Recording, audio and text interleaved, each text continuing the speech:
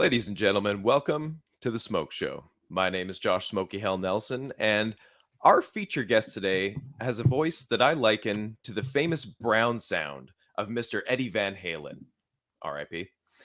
Warm, organic, powerful, instantly recognizable, and able to cut through and snap your attention. This man has seen success in so many endeavors that he teeters on the border of inspirational and soul-crushing. Known provably as one of the most accurate and consistent rankers in the fantasy football industry, thanks to a method we will dive into shortly. He is co-owner of fantasypoints.com as well as its managing editor. Honestly, I could spend an hour announcing him, so let me just say that it is my sincere pleasure to introduce Mr. Joe Dolan. Joe, how the hell are you this fine day? Josh, you didn't tell me that my mom was writing the intro today. Eddie Van Halen, that's some high praise. No, dude, it's wonderful to be with you. You laid it on thick. I don't know how I'm gonna live up to that, but I'm glad to be with you, man. You're letting me talk about myself, which, quite frankly, is like, for some people, it's hard to do, and I totally understand it. It's one of my few talents. I can talk about myself and you know, in self-deprecating in all kinds of way. But dude, I'm so thrilled to be here. I'm glad that you're on the Fantasy Points media group. It's just awesome that you're here. That you're giving me the time to just talk. I'm a fan of the show. I'm a fan of what you've been doing. So I'm glad to be here. And the fact that you said my voice is instantly recognized, I don't know if that's a good thing or a bad thing, because Gilbert Gottfried's voice is instantly recognizable too. So. I don't know what to say about that, but dude, I'm so thrilled to be here. Talking football, talking fantasy. It's a 24-hour a day, 7-day a week, 365 type of job these days. So I'm glad to be to be breaking it down with you, taking some time to kind of sit back and talk here as opposed to just grinding away. Absolutely. This is going to be a little rest for the statistical analytical side of your mind for a little bit. And we're just going to dive into a little bit of you. But for those who know me, I'm a diehard Philadelphia Flyers fan. So when I see that banner in the background there, that just warms my little black heart. And I can attest to my fanship by the tattoo under my jacket here. And I believe one of our first interactions on Twitter was me posting a picture of that Flyers tattoo in response to a tweet you made about them. And you became curious to know how a guy from the Pacific Northwest could be that crazy of a Flyers fan. But growing up a Philly guy, what sport hooked you first? Was there I mean, it was it's not even a question. It was the Eagles. It was football. And like, maybe people are like, oh, that's obvious. You know, you work in football, but no, sometimes, you know, it's just, I have a Sixers shirt on right now. So right now I'm all on the Sixers bandwagon. We in Philly, we call it 4 for 4, right? Like the four teams are the four teams, and you support them all through good times and bad. For the Flyers, it's especially bad right now. What a freaking disaster of a season that was. I mean, Josh, I didn't even watch them the last like couple months of the season. And like, you could say, oh, you're a bandwagon for like, I mean, why would I like intentionally piss myself off? Like, I mean, right. like it's just like, even following them on Twitter was exhausting. So, I mean, you gotta take some mental time for yourself. But back to your question, what sport hooked me as a sports fan? It was football.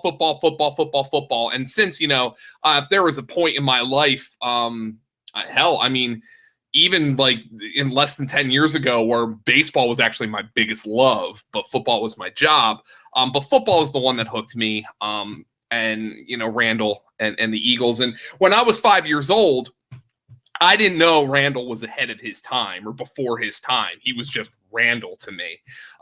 Randall Cunningham, obviously. And now looking back at it, it's a shame, because you could if you were able to put what's the I don't watch Doctor Who, but what's the device? The TARDIS. If you were to put Randall thing, if you were to put Randall Cunningham in the TARDIS and drop him in 2021, the guy would be unbelievable. And it's unfair to me that he had to play 30 years ago, but he was the guy who hooked me. And one of my first Philadelphia sports memories, I have to tell you, one of my first Philadelphia sports memories is utter disappointment. I remember I was playing outside, probably playing football, and I remember my dad coming to the front porch and saying that Randall went down. It was against the Jets. I believe it was week 1, and he tore his ACL. And from that point forward, it was kind of over for Randall in Philadelphia. And then you get the Bubby Bristers and the Jim McMahons and the Ty Detmers and the Bobby Hoyings. And it was a search for the Eagles' next franchise quarterback until Donovan McNabb came along. But like, it's kind of funny that one of my first memories of Philadelphia sports is just the utter disappointment and the despair of Randall Cunningham being injured early in the season. And I remember my dad just coming outside and saying, "Oh, Randall's down and it doesn't look good." And I think that was 1991. I think it was week 1 he got hurt. And he was with the Eagles for another few years, but he was never like fully healthy or the same after that. And that was one of the biggest disappointments of my young life, and I've carried that through to the modern day. And then right now my favorite thing about Philadelphia outside of the 76ers is Mayor of Easttown, which has been like my wife and I have not watched yesterday's episode yet, episode 6. My wife goes to bed at like 7:30 at night, so we haven't watched that yet. We're gonna watch it tonight, but no, that is what hooked me. I don't know how, maybe there's a little loyalty these days, but back in my day, my nephew Max is I think he's, first and foremost, he's super athletic, he's super smart, he loves like talking about all the old sports, but like I think a lot of kids these days are really into players, like they like players. Like he's a Sixers fan, but his favorite player is Steph Curry. And he's an Eagles fan, but he loves, Julio Jones, and he loves Michael Thomas, and he loves Patrick Mahomes. And like, I don't remember that, like when I was growing up, it's my team and everybody else sucks. And now maybe that's just a unique Philadelphia thing, but things are different. I don't know how, as a 5-year-old kid who watches the star player of your favorite football team go down in week 1, and you just stick with that team through thick and thin, mostly thin. I don't know how that happened, but maybe it colors your worldview if you're a little bit of a cynic. But no, that's my first memory. Randall's the guy who hooked me, and my first memory as an Eagles fan, true memory, is Randall Cunningham getting hurt. So that disappointment is like my first true memory. Oh, that's so funny. It's like I can trace the lineage of my Flyers fandom back to pretty key moments. I mean, I was a big fan of Eric Desjardins. I was a defenseman. I played hockey for 14 years, taught for another 10. And he was a guy that I absolutely loved. And when he got traded over from the Canadiens in February 95, I believe it was, that really kind of made me start watching the Flyers a bit more intently. Fell in love, pretty good time to fall in love with them. And that was my team since. And one of my first memories that stuck with me of that was the 97 finals, which was absolute sports disappointment. It's just funny. I've stuck with them since then. Their butts whipped. Oh my God. Who scored straight? First and foremost, we'll get to that. But first and foremost, I am misremembering. Okay. Randall played one game in 1991. And got hurt. 1993, he played 4, and that was against the Jets. And that was the disappointment. I'm like, why was I so disappointed? Like, I was only 5. I couldn't have felt that badly. And so 93, I was 7, and the Eagles were 4-0 when Randall got hurt. And that's the one. But like in 91, he did play one game. So like I was 5, between 5 and 7. But 93 is the big disappointment. That was also when the Phillies were making their run in 93. That's a big one. So sorry, I misremembered that. I went actually looked through his Pro Football Reference. I was like, man, did I really remember that from when I was 5? And no, I was 7, and that was the disappointment. But in 97. The Flyers, when I was growing up, they were always great, but it was always close but no cigar, which has been their MO. the game 4 goal. Who was it for Detroit who scored that? McCarty, where he's just like skating through the entire defense and he just like and he beats Hextall, and I was like, you see that highlight all the time. You're like, typical. Darren McCarty, known smooth skater, hands of fire, just known to bury pucks. Come on, we're talking about Darren McCarty here. This guy catches punches like none other. It hurt, and that's the one that stuck with me, and it's not what hooked me, but that it awakens a passion, whether positively or negatively, and that stirs something. And if that's what grabs you, that's the kind of stuff that hooks you for life. Mm-hmm. And I mean, Philly has a lot of those moments. Like there's a lot of those memorable moments for all the teams, but like, well, I'm hoping the Sixers make their run here. But like, when you think about it, the greatest moment in the last like 40 years for the Sixers is Allen Iverson stepping over Tyronn Lue in a series they lost. I mean, and like, look, nobody expected them to even win a game in that series, so they were heavy underdogs. But they won game 1. But I mean, that's the greatest moment for the Sixers since the '83 finals, really. There's just like this. There's this gnawing, like how are they going to disappoint you? Even though, I think 538, like their like analytical model has had them as like the first or second most likely team to win the finals for like the last 2 or 3 months. So like they are legitimate. I mean, they're the first seed in the East. They're legitimate title contenders, but like there is always that, what is going to happen here? Like what could possibly go? I mean, even when the Eagles made their run a couple of years ago to win the Super Bowl, you're like, I mean, come on, it's Nick Foles. And if that thing collapsed, everybody would have expected it, right? And you say, Nick, you did an awesome job, man, but the Patriots were too much, or there was some. It still is kind of improbable to think that happened, but then in typical Eagles fashion, you look at that and like, oh, they sold their soul. Like the franchise collapsed after that. Like Carson Wentz got mentally broken by it. Like, I mean, I think that's pretty obvious right now. And physically, I mean, we could sit here and talk about Carson Wentz for 3 hours. Not that anybody wants to rehash that, but like, like even that run, that magical run where everything Philly didn't happen to the Eagles, they paid the ultimate price for it. Like the guy who was looking like, I mean, the Eagles haven't had an MVP.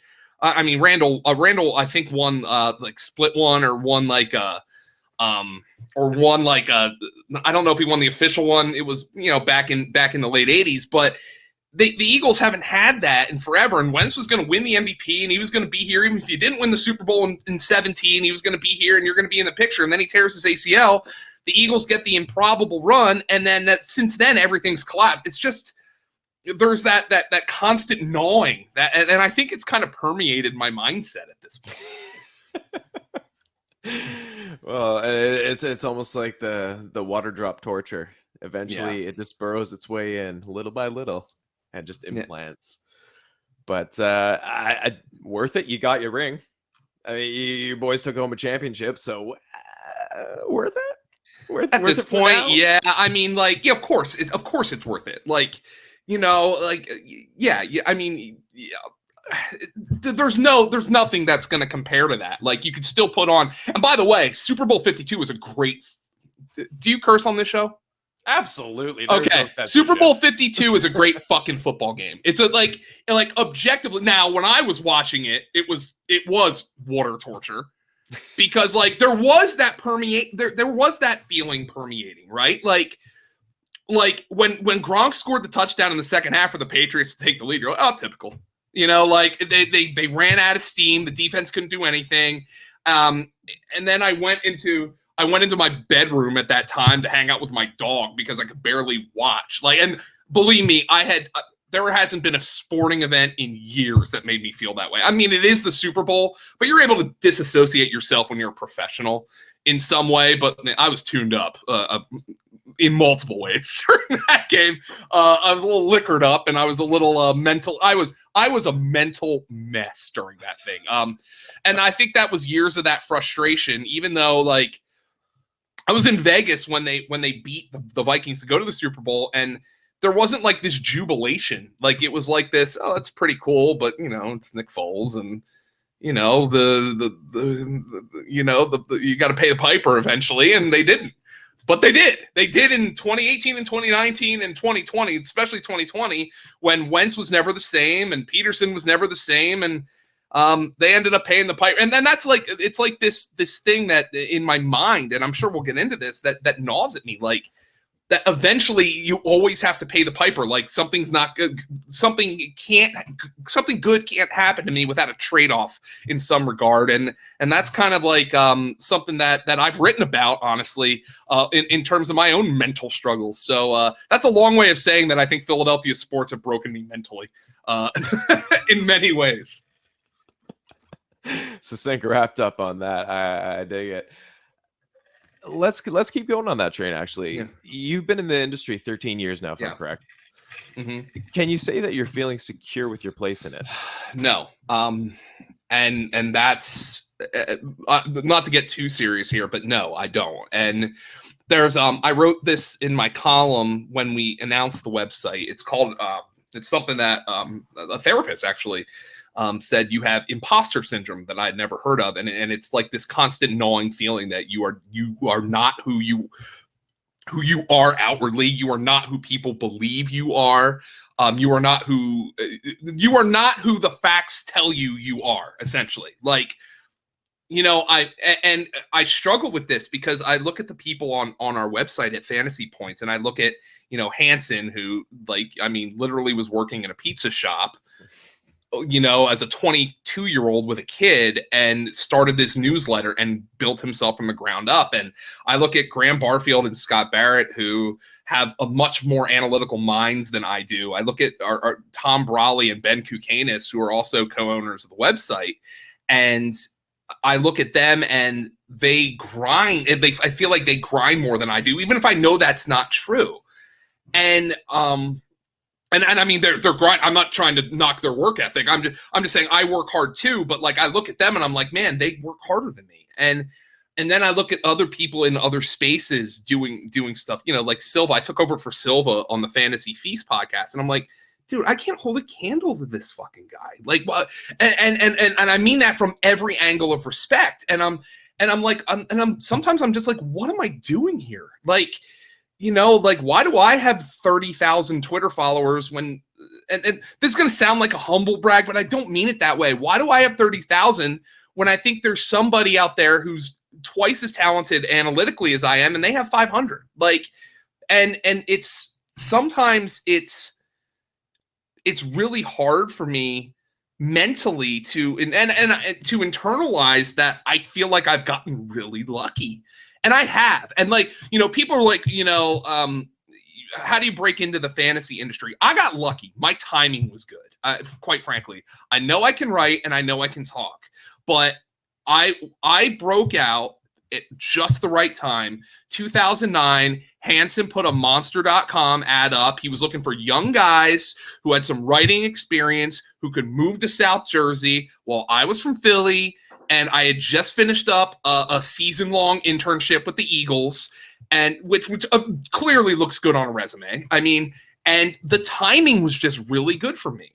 And 2009 was before the fantasy industry really exploded. And I mean, it exploded in my time in the industry.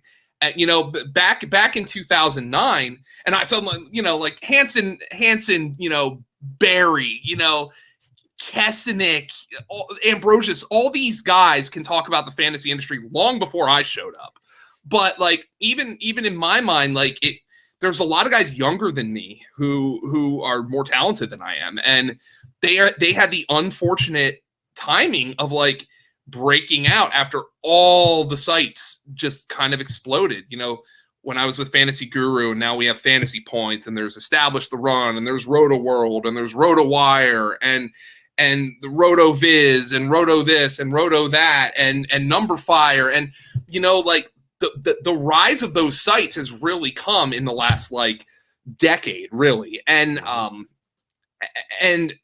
it's number one, it's great for the industry, and there's more there's more platforms for people to get their opinions out there on and their work out there on, but there's way more competition and it's way harder to stand out. And I just got fucking lucky, man. Like my timing was really good. And I mean, I don't know how else to reconcile with that other than just understand that happened to me. And now I'm trying to come on and, you know, if people still think what I have to say is worth saying, then I'll just let that luck continue. And I'll let if people enjoy listening to me, I respect that and I love it. And and I'm glad about it, you know, because I go on the feast and that was daunting for me because I'm very, like, personality wise, I'm different than Silva.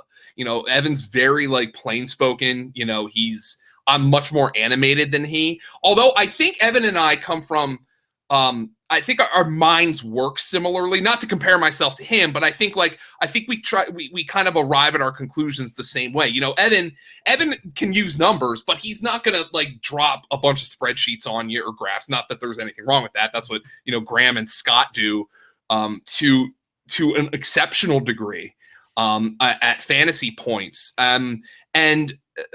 But he knows when to use them, and, like, I think he arrives at his conclusion similar to me. But that was daunting for me. You know, Silva's a big. You know, Silva can move ADP. I don't think Dolan can. There's no Dolan effect. And I understand that. But again, long-winded way of saying, am I secure? Fuck no, man. I'm not secure at all. Like I still have that notion that the Piper is. You ever watch Batman '89? Like the original Batman movie. Well, not the Adam West one, but with Keaton and Nicholson. Oh, yeah. And he's like, hey, it's your Uncle Bingo. Time to pay the check. And he throws the pen at the guy's neck. And I was like, I feel like that pen is going to get in my neck. It's time to pay up, man. You got lucky. Like, you don't stand out anymore. And that's a constant nagging fear I have. And does it drive me? Sure, but it also scares the hell out of me. Now, I started off this broadcast and interview by alluding to the way that you actually do stand out for me anyways. You alluded to your animated presence, and I really started to notice and take attention more of you when you did replace Silva on the Feast there. I'm a big fan of that show. I love listening to it. And you're not only someone I turn to for advice, but for inspiration. And I'm sure I'm not the only podcaster out there that kind of puts you up there. And, you know, I draw inspiration from you. Like, you are it's never ambiguous what you're trying to get across. Yeah. You can always communicate your point perfectly. And just the fact that you can command attention and keep attention, like Andy Van Halen's Brown Sound. But that aspect of it, the inspiration part, how does that weigh upon you mentally? That's a really good question. I think one of the things that I try to do is to stand out, I guess, is to understand that I guess I'm a sponge informationally, and my takes don't come from, you know, like I'll take what Scott and Graham and Brawley and Wes Huber, who's a great addition at Fantasy Points, what they do, and I'll try to, like, apply it in a draft. But sometimes, like, I feel like I feel like, let's put it this way. I feel like, you know, when you were in school, I was always good at math, but I always hated it because I always wanted to kind of take shortcuts, because, like, in, like, 3rd and 4th grade, you know, Mrs. Wallach and Sister Cuthberta are out there and they're telling me, you got to show your work on your long division. I was like, why do I have to show my work? I can just do it in my head, right? Yeah. But I feel like I'm not as good at showing my work now. Like, I'm not as good at showing you, oh, this is why I do what I do, but I feel like I apply well. So, like, if I'm doing a draft, and that's all I do best ball drafts, and I arrive at my I arrive at my positions on players by doing a lot of them and doing a lot of the work and saying, this is where I see this guy going. This is where and I try to communicate that. And what I like to say is my internal rankings process is common sense. And for somebody who, my mom always used to tell me I lack common sense, but it's funny because I feel like my fantasy process is common sense. Like, I feel like I'm not trying to dance around and say, oh, I really like this player and I'm going to like him even if the information is causing me to like him less, or I dislike this player and I'm not going to let anything convince me otherwise. That doesn't say we don't all have our blind spots. But I mean, I think when I like a player, I think I can tell you exactly why, even if I'm not going to show you the graph or the spreadsheet. And maybe that's what people like about the feast, because look, it's a half an hour show and I can be long-winded, but there's not enough time in there for you to break down every step of the process. You've got to, like, I have to break down 16 games basically in a 50-minute window. There's not a lot of time there to tell you, oh, I love this for this. And I feel like the only way to do that is to do the work with drafts and stuff like that. I don't know if that necessarily answered your question, but like, I think there's a reason for communicating the way I do. And it's just, sometimes I feel like I like to live by Occam's razor. I use it for fantasy so much. And it's not always right, because coaches sometimes do want to try to outsmart each other, often to their own detriment. But sometimes the simplest answer is the right answer. Like when I'm talking about Najee Harris, okay, are there things you can say against Najee Harris? For sure, that offensive line isn't going to be very good. But I also look at the fact that they drafted him in the first round, and there was a clear path to 300 touches here. And volume is king in fantasy football. So why wouldn't I like Najee Harris? And, yes, can you say, well, Ben's noodle armed and the offensive line isn't very good? Oh, for sure. But he's not the first overall pick. There's reasons to like Najee Harris. And that's just one example. I think Occam's razor is kind of something that I keep trying to apply. And I think for better, I think for the most part, it's kind of suited me well over the years. Kind of leaning into that. When it comes to your calling card of being one of the most accurate rankers out there, you actually use a staff consensus method. Mm-hmm. Now, that's kind of been dived into on various interviews. But what I'm curious about is the consistency of that consensus lineup. Have there been sweeping changes to that personnel with the different sites that you've represented? And how's that affected the overall accuracy? Well, first and foremost, I'll just give you a window into the fantasy points projections process. And there is not some secret formula here. There's not. Are there analytics behind the scenes that are going into creating the spreadsheet that put the projections out there? For sure. But that's just simply really to ease Hanson's process. And what happens is Hanson, he's still very hands-on. He doesn't write as much as he used to, but obviously he's on the radio every day. He's still extremely hands-on. And he comes to our staff in Slack with the first run of the projections. And with based on what the formulas have spit out and also his own personal touch. And he comes to the staff and he goes, guys, here, I'm done with the first run of quarterbacks. Tell me what you think. And we all come in there and we're like, and we meet and it's like, John, I think Stafford's too low. Like this. And Graham might come out and say, I think Stafford's too high. And Brawley's like, oh, you've got Roethlisberger way too high. And we have to bump up Trey Lance because I think he's going to start more games than you think he's going. And it's an extremely organic process. And it really hasn't failed us. I mean, are you going to be right 100% of the time? Of course not, but that's literally what the process is. Hanson spits out the first group from the analytics and the spreadsheet.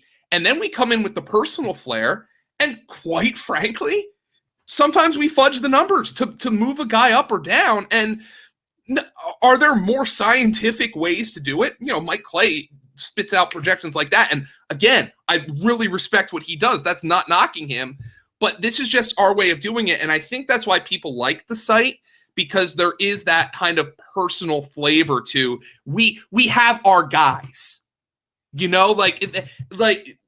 some, you go and you look at Fangraphs and something, they have like the Zips projections for baseball. They're not tweaking those because they like or dislike a guy. The projections are the projections. There is obviously merit to that. They're unbiased.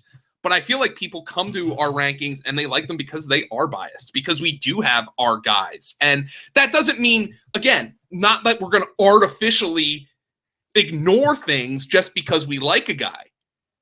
But if we like a guy and we have reasons for liking a guy, we're going to rank him higher than maybe somebody in the industry, or lower based on that, because we have convictions about that. So, I mean, I don't want you to come out of here and say we're fudging the numbers. We're cooking the books. In a way we are, but like, we're not cooking.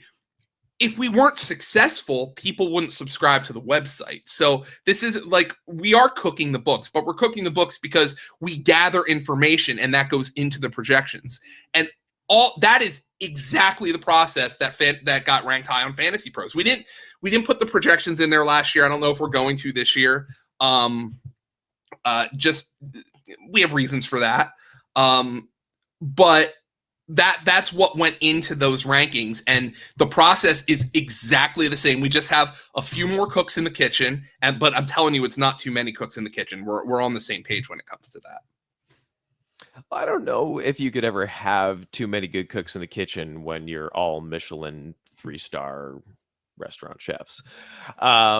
When you have a conglomerate of talent like that, you're getting perspectives from all these different angles with the conviction, like you said, and with the analysis to back it up. And when you have that, you can't just, I mean, call me a bit more old school in this thinking, but there has to be some feel to it. If it's all just spreadsheets, analysis, and everything, then let the computers play. What are we doing this for? There has to be some feel to it. There has to be, like you said, conviction behind it. And you're not going to just, like you said, put a guy up 10 spots because, well, I like him. Tough shit. There has to be meaning behind it. There will be meaning behind that. Now, we will have guys who we rank 10 spots higher, but there will be meaning behind it. But like, again, I don't want to insult spreadsheets and projection systems that people have taken a goddamn lifetime to build. And if they're having success, especially, some of the high stakes players who couldn't fuck you, I'm not producing content. Like, why would I give my secrets away? But like, it gets it back to a point where I am not comfortable in my own skin, really. But if I were to say that there is a reason that I've had a modicum of success in this industry, on top of being insanely lucky, it's because ultimately we're playing an entertainment game, right? Like, people want to be entertained. This is a hobby, but you want to be entertained. It's just the same as like, I mean, if you're gonna listen to an interview of your favorite, director, you're gonna want to do it with somebody who has the right personality to be interviewing guy. Howard Stern, people call him the greatest interviewer of all time. Like, you can. Bruce Springsteen's been interviewed 100 times, but I'm sure 100 times, a million times, but I'm sure there's some interviewers who do it better than others, right? So absolutely, there are so many places to get fantasy football content. You're going to go to a place where you feel like you're being informed, but you're also being entertained. The fantasy footballers have done a phenomenal job of that. Like, people want to have fun, man. Like, I'm a golf fan. I suck at golf, but I'm a golf fan. And some of the guys I really respect in just like the sports media industry are the No Laying Up bros, who, I don't know if you're a golf fan, but they do the No Laying Up podcast. And basically it was just a bunch of dudes who liked golf and were like, golf media fucking sucks. It's not fun. These guys have sticks up their asses. It's, it's so hoity-toity, pinky in the air. We're gonna insult golfers we're going to give golfers a platform to come out and like actually be able to express opinions and talk about the game in a fun way. You know, I respect what they do. And I think like there is room for that. And there certainly has been, not to say that that's an untapped market, but there's room for that in fantasy sports as well. People want to be entertained. You can get fantasy content everywhere. It is. And look, there's a reason fantasy and betting content is king. Not only do you have to talk about the sport, everybody likes talking about sports, but it's actionable. Like you can actually apply that. Like, you know, if I'm just like talking about you know, the Aaron Rodgers situation, you know, like Skip and Shannon do, and they're very successful. But like when that show's over, you're like, all right, you know, that was fun to talk about, but there's nothing really I'm going to personally do with that. But if you spin something to a fantasy or betting angle, you can put your take, you can put your opinion into action. And I think that's why there is that marriage of the content here, and that's not going anywhere. You know, we're all trying to be entertained here. Yeah, I actually touched on that with my interview with Adam Rank there on the entertainment factor and how important that actually is to this. Because, I mean, like you said, you can get this information from anywhere. You can dive into your own analysis, doing spreadsheets. The information is out there. But you're looking to be entertained too. I think that's such a fantastic point. And that's another thing that I really love about any project that you've been involved in. And that's been inspirational to me because I believe that entertainment factor is important. When you're watching, why do you find the news boring? It's not the content; it's the delivery. Yeah. I mean, there's not boring shit happening on the news a lot of the time, but that delivery is so there's also problems with the news in that, you know, fortunately, we're playing an inconsequential game here, right? I mean, now, do real world things happen that affect football and vice versa? For sure. Look no further than Deshaun Watson. And I'm never going to be comfortable. This show's been kind of all about comfort. I'm never going to be comfortable talking about sexual assault allegations as they relate to fantasy football. Is it my job? Is that a service? I have paying customers, okay? We have to talk about that. Am I ever going to be comfortable doing it? No, because ultimately what we do is inconsequential overall. But like, you know, news as entertainment is dangerous. You know, like, and I do not want this to get into a criticism of media, but you know, I'm a trained journalist. I've been a journalism teacher and lecturer at universities. News as entertainment is dangerous.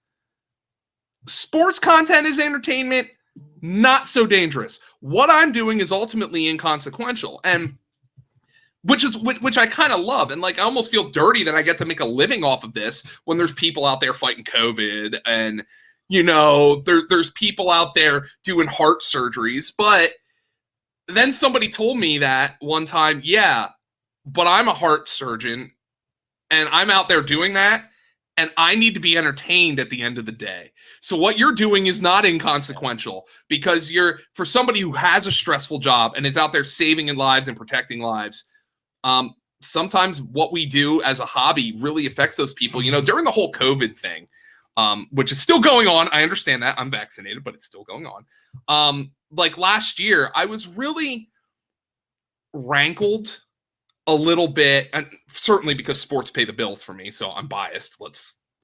But I was rankled. There was that consistent talking point that like, oh, sports don't matter, ergo we shouldn't be playing them. If there was a fair way to do it, I thought sports were important. Like, should we all just be watching CNN and MSNBC and all the doomsayers all the time because people are catching like that upset me, because I heard from people who were nurses and were doctors who were like, I play fantasy football. I would be miserable if I'm coming home from dealing with patients, not just COVID, but you know, obviously other patients, and I'm not able to dive myself into a hobby. So arts and sports and entertainment exist because there is value to them. People have decided they're valuable. Look at what actors and athletes and us chuckleheads who cover them are paid. I'm certainly not paid anywhere close to Julio Jones, but I do make a decent living doing this because people want to be distracted at points. And I've started to realize that there is value in that. And there is value in getting yelled at on Twitter because you think Najee Harris is a second-round pick, because that's a hell of a lot better than being yelled at because you have a legitimately dangerous opinion. You know, like, I'll take that. And, like, the last year has helped contextualize that for me in this industry. So I'm both very uncomfortable with my place in the industry, and I'm almost, in a way, like, you know, my next door neighbor is a nurse, and my neighbor across the street's an electrical engineer, and I'm like, yeah, I do a football podcast, but, like, damn if the electrical engineer isn't like, that's the coolest job I've ever heard of. like, I mean, come on, like, it's so dumb. I can't believe I get paid to do this, but the reason, like, I mean, look, you know, we just talked about Skip and Shannon briefly. Like, those guys are pulling in big time bucks, man, just to yell about sports all the day because they entertain people, and we need entertainment. And I think that is blatantly obvious after what everybody went through, some more so than others, you know, in the last year plus. And I'm glad that maybe that's what people think my value is in this discussion. No, there's absolute value in that. Making someone smile, alleviating their concerns, giving them an escape from the ups and downs of life as we experience. There's absolute value in that. Absolute value. So let's just kick it into something a bit more about what you get paid for. Okay. The people need to know. Since landing spots were decided, which fantasy player do you think improved their stock the most? And conversely, which player dropped the most for you post-draft? Post-draft, since landing spots were decided. Not necessarily a rookie. Not necessarily a rookie, but with landing spots being decided. Well, I think one guy, I mean, it's really hard for me to say James Robinson's value just didn't get nuked completely. I mean, I think Urban Meyer is an unknown, and that again, there's a point where I put out a tweet earlier. I think it's okay to say what you don't know. We do not know what Urban Meyer is going to do, but you are not drafting Travis Etienne to give him 3 touches a game. It's not happening. So James Robinson's value certainly just got completely nuked. It's hard for me to sit there and say, like, oh, you know, do I think he's going away? No, but I can't just sit here and say, oh my God, you know, he's going to be just as good as last year. They're really going to use Etienne as a wide receiver, and I don't know how that's going to shake out. I just don't know in any way how the Jaguars are going to justify giving James Robinson 270 carries when they just spent a first-round pick on a running back. So that is certainly somebody who I think's value got nuked. I'm not saying anything. I'm not breaking any news to anybody there, you know. On the downside, man, what's going on? Excuse me. On the upside, I think Tua Tagovailoa is a player who really got helped up, and Tua is a guy.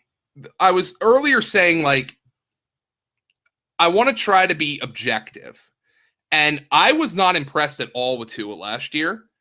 And let's also look at the facts. This is what I try to bring.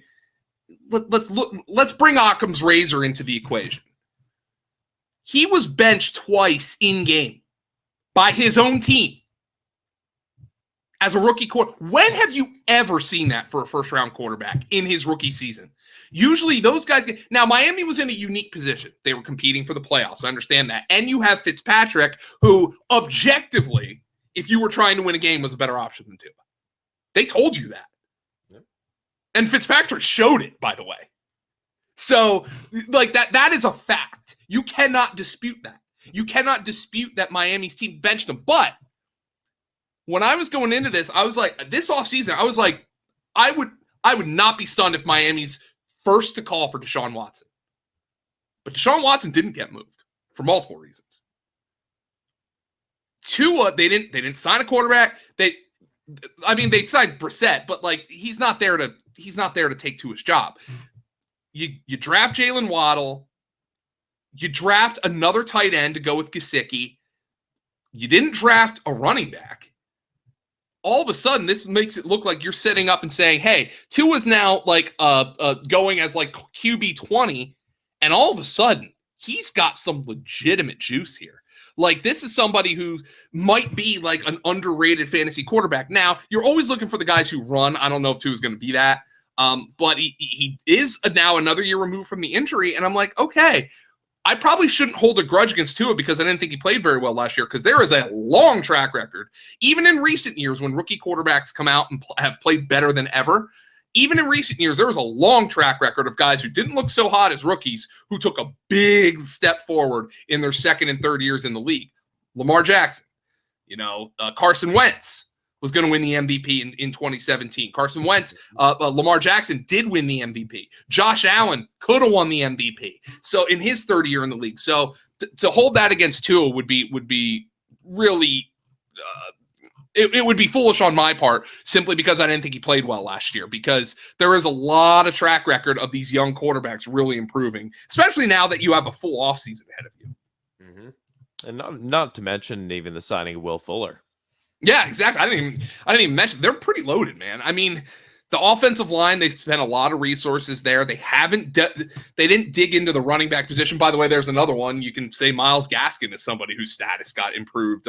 He's like that kind of, he's in there with Mike Davis as like those boring veteran running backs who, if you load up on receiver early, are there in like the 5th and 6th round for you, who look like they could have potential bell cow-ish roles. So those are two winners from the draft as well. But yeah, that Dolphins offense is loaded, man. And, if Tua takes a step forward, I don't see why he can't put up numbers. Oh, absolutely. And I think they were limiting his play calling a bit last year. Mm-hmm. And if they open up that passing offense, and with every move that they've made from free agency to the draft, it signals a shift towards a pass-friendly offense. So he's not going to have any excuses this year as to what he can show. Yeah, and go ahead. I'm fully on board with that. And now let me go to another quarterback who I think people just hate, and I think there's valid reasons for that. I don't necessarily think Daniel Jones has been like impressive. I don't think he's been awful. You go back to the hot take artistry that is the draft, which again, entertaining. Like, I'm never going to knock people for doing a mock draft. There's this culture that complains about mock drafts. Yeah, the people do them because everybody fucking reads them. Like what do you, I mean, like, people are like, that's why people do it. Yeah, are they meaningless? Sure, but it gives you something to talk about.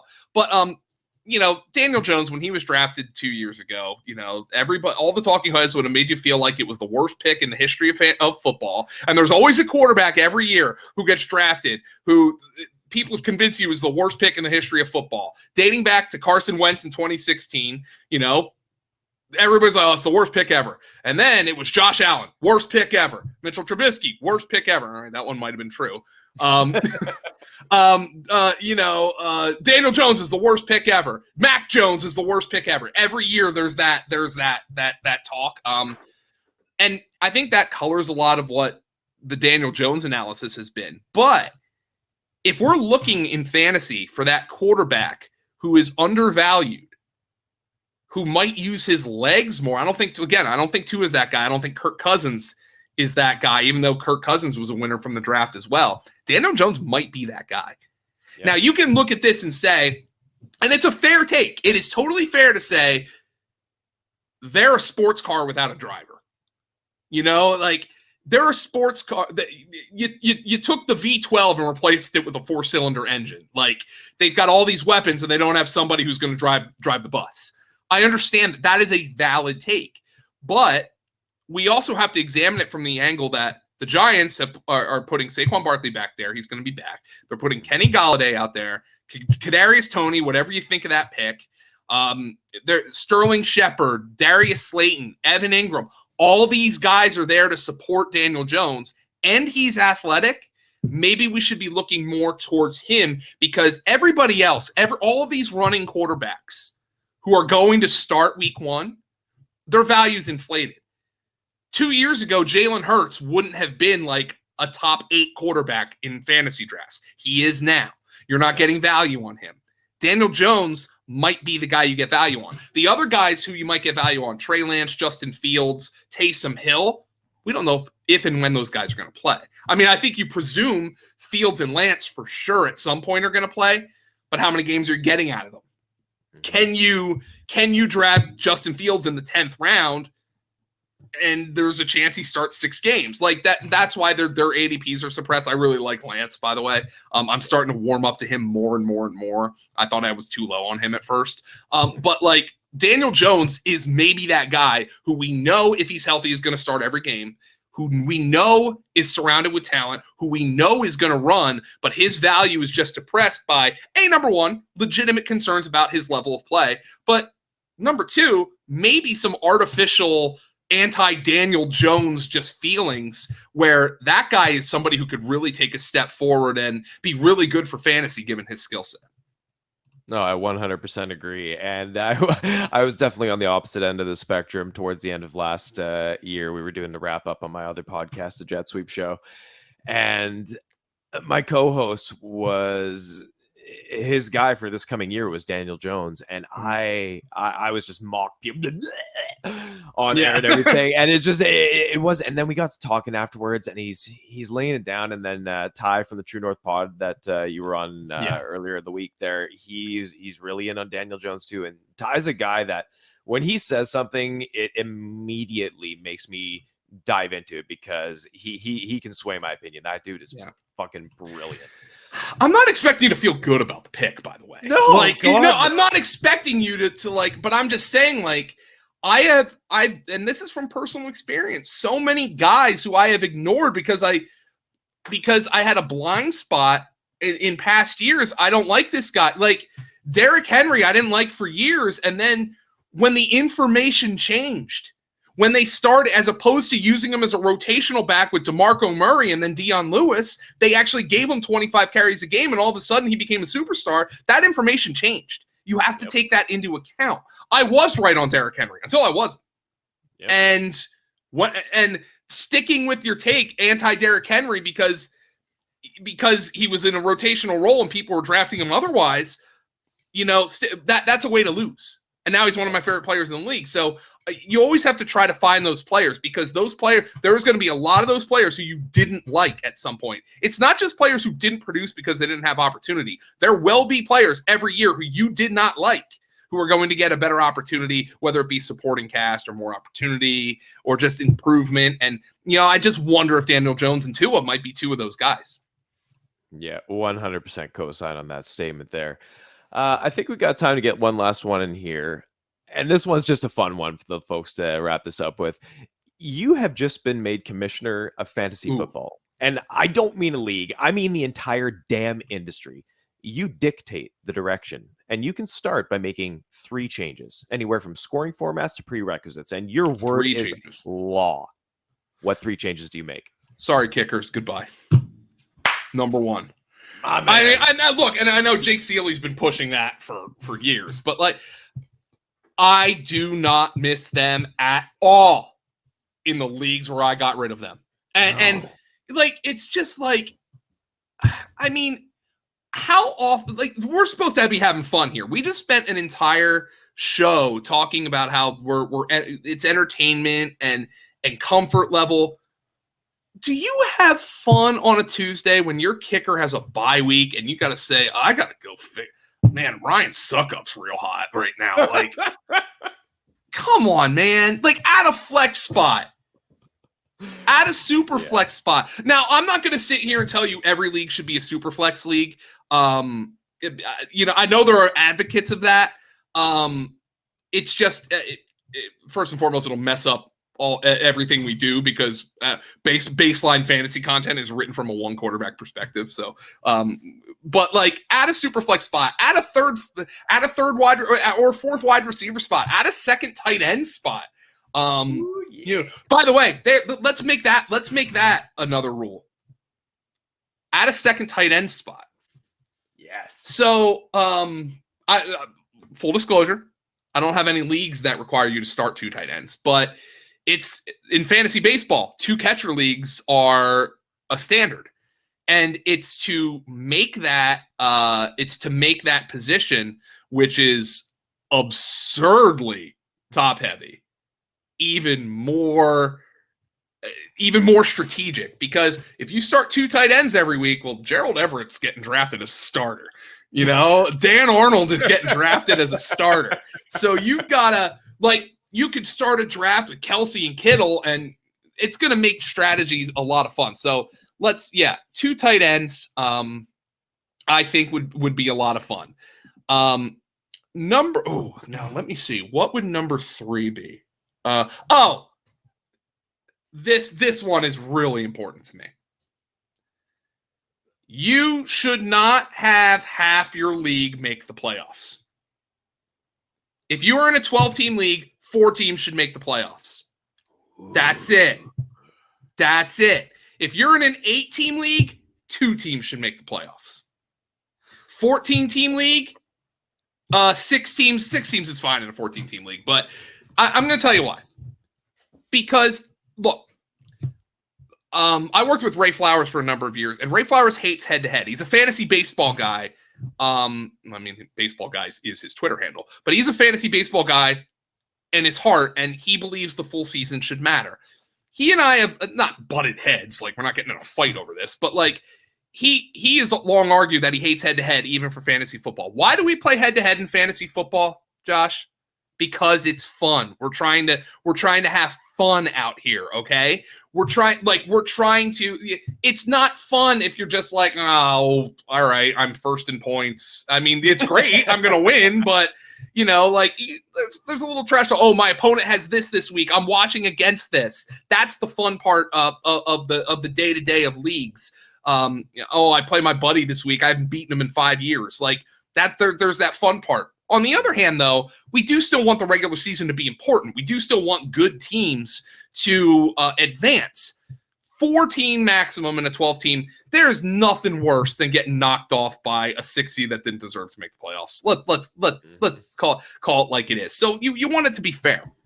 So there's another proposal I have is this. In our Fantasy Points Dynasty League, we have 2, but in our 1 quarterback Dynasty League, we have a system that my Fantasy League lets you set up. It's called Victory Points.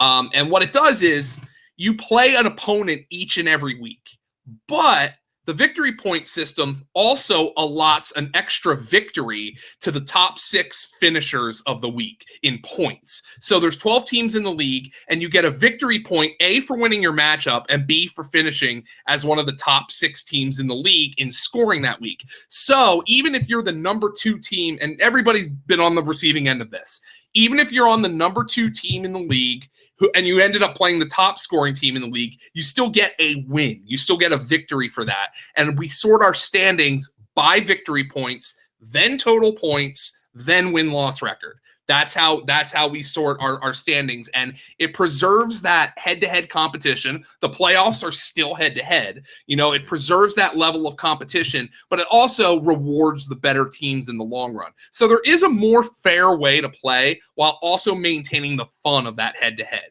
And I think that's a change that I would like to see a lot more leagues play. Don't play roto, don't play total points, but do play in a victory point system. So I would say no kickers. I guess I give you 4 rules. No kickers, 2 tight ends, victory points, and fewer than half the teams in your league make the playoffs. We want the better teams to be rewarded. I love it. Well, you're the commissioner. I'm not going to go against you here. So 4 is perfectly acceptable. But I think we've wrapped a nice bow on things. I got to thank you so much for coming out tonight, Joe. You can find Joe on Twitter at FG_Dolan. Go ahead, plug some stuff right now. It's you got the floor. Yeah, fantasypoints.com. Just come subscribe, guys. We're going to, this week, starting, I don't know, when's this podcast come out, Josh? The full feature interview will be out next Monday. Some clips will be out today. Okay, so some clips will be out today. So next Monday, May 31st. Well, over the next couple of weeks, we're going to be having our Fantasy Points Powwow series at fantasypoints.com. And it's going to be our staff, headed by John Hansen. And we are going to be talking about every single NFL team with Greg Cosell and Adam Kaplan. It is going to be invaluable information. Cosell's going to present the scheme, the player fits. Kaplan's going to present the inside info. We're going to try to assimilate that into fantasy information. That's actually going to be available to everybody. We're going to put it on YouTube. We're going to put it out as podcasts. But we want to get eyeballs on the website. We want people to realize that we're the best value in fantasy football, and we have stuff that people can't get anywhere else. So fantasypoints.com, you're going to be able to get that. We started it, I guess if you're listening to the full thing here on the 31st, we actually started it last week with a couple of divisions, and we're going to continue that going forward. So make sure you get out and listen to that and listen to it, watch it, whatever. We're going to have it on YouTube. We're going to have it on the website. We're going to have it on podcasts. We're going to have it everywhere so people can consume that content. We've got some great contributors joining the website. Jeff Henderson just did a really cool breakdown on a fantasy war stat. He's going to be continuing to give articles and strategies on that. Graham Barfield just put out his yards created class breakdown. Scott Barrett's been he just comes out of nowhere and he sends me an article at 2:30 in the morning. He's like, yeah, I've been working on this. And it's an 18-page article that has just incredible information in it. I didn't even know he was working on it. He's got some stuff on running quarterbacks that has come out. He's got his strength of schedule stuff. John Hansen has been working on a best ball draft plan. Tom Brawley's team betting previews are coming out. I'm just the lucky guy who gets to edit this shit and read it. So that's what I've been doing with my time. But I guarantee you we have a lot of content out there for the football starved. And it's good, real football content. Like Greg Cosell's draft guide, there's not really fantasy in that. There's not really fantasy. It's real football content. So we like to present ourselves as real football fans as well. You can enjoy our website even if you're a little unsure about fantasy. So that's fantasypoints.com. I hope everybody enjoys it. Oh, and I can attest, the site is fantastic. I was absolutely glued pre, during, and post draft to Greg Cosell's draft guide there. His write-ups are incredible, man. There's not an interaction that goes by through digesting his content that I don't learn 100 things. Mm-hmm. But if you are going to that website, use the promo code 21Smokey10. That is 21SMOKEY10 for a little discount off the hottest site in football. Not just fantasy, folks. We're talking real football here with the most unbelievable collection of minds, honestly. But I got to thank you for sharing your time today, Joe. And all I got left to say is, where there's smoke, there's fire. Ah, yeah, buddy.